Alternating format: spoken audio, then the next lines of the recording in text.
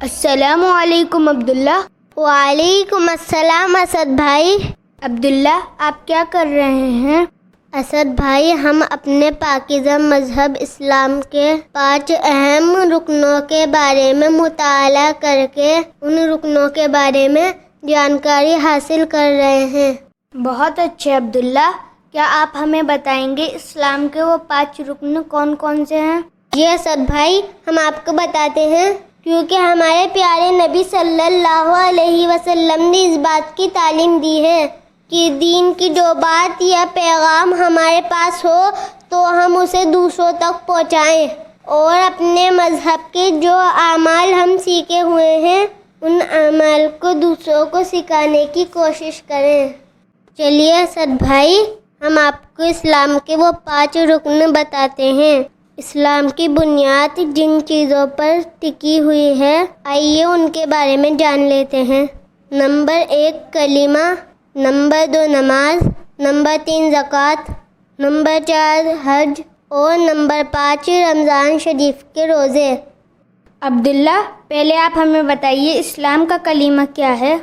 اسد بھائی اسلام کا کلمہ یہ ہے لا الہ الا اللہ محمد رسول اللہ، اور ہم آپ کو اس کا ترجمہ بھی بتاتے ہیں۔ اس کا ترجمہ یہ ہے اللہ کے سوا کوئی عبادت کے لائق نہیں، ہمارے پیارے نبی صلی اللہ علیہ وسلم اللہ کے رسول ہیں۔ عبداللہ اب آپ ہمیں اسلام کے دوسرے رکن نماز کے بارے میں بتائیے۔ ٹھیک ہے اسد بھائی، اب ہم آپ کو اسلام کے دوسرے رکن نماز کے بارے میں بتاتے ہیں۔ ایک خاص طریقے سے اللہ کے سامنے اپنی بندگی کا اظہار کرنے کو نماز کہتے ہیں۔ نماز میں ہمارے نبی کی آنکھوں کی ٹھنڈک رکھی گئی ہے۔ نماز جنت کی چابی ہے اور اسی سے جنت کا دروازہ کھلے گا۔ عبداللہ آپ ہمیں یہ اور بتا دیجئے نماز کس پر فرض ہے؟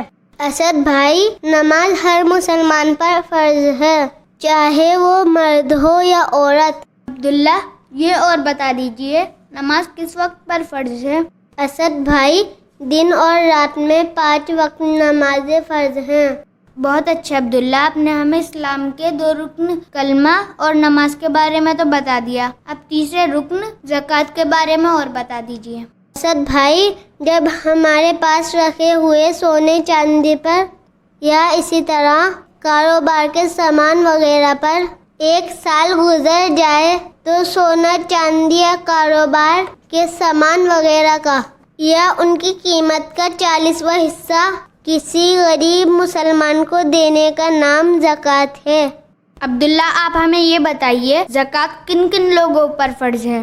اسد بھائی زکوٰۃ مالدار مسلمانوں پر فرض ہے۔ عبداللہ آپ ہمیں اسلام کے 4تھے رکن حج کے بارے میں بھی بتائیے۔ اسد بھائی حج کے دنوں میں یعنی ذی الحج کی 8ویں تاریخ سے ذی الحج کی 13ویں تاریخ تک مکہ مکرمہ جا کر مخصوص اعمال کرنے کو حج کہتے ہیں۔ عبداللہ آپ نے نماز اور زکوٰۃ کے بارے میں تو بتا دیا کہ وہ کن لوگوں پر فرض ہے، اب یہ بھی بتا دیجئے کیا حج ہر مسلمان پر فرض ہے؟ نہیں اسد بھائی، حج صرف ان لوگوں پر فرض ہے جو وہاں جانے کی حیثیت رکھتے ہیں، یعنی مالدار لوگوں پر فرض ہے۔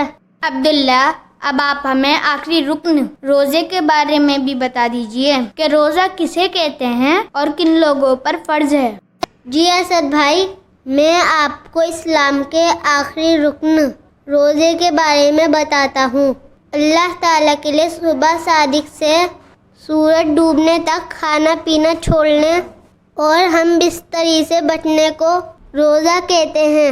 رمضان شریف کے روزے ہر مسلمان مرد اور عورت پر فرض ہیں، اور جو روزہ رکھنے سے انکار کرے وہ مسلمان نہیں، اور جو بنا وجہ روزہ نہ رکھے وہ اللہ کا باغی ہے۔ جزاک اللہ عبداللہ، آپ نے ہمیں اسلام کے 5 اہم رکنوں کے بارے میں بتایا، اب ہمیں عمل کرنے میں اور دوسروں کو بتانے میں آسانی ہوگی انشاءاللہ۔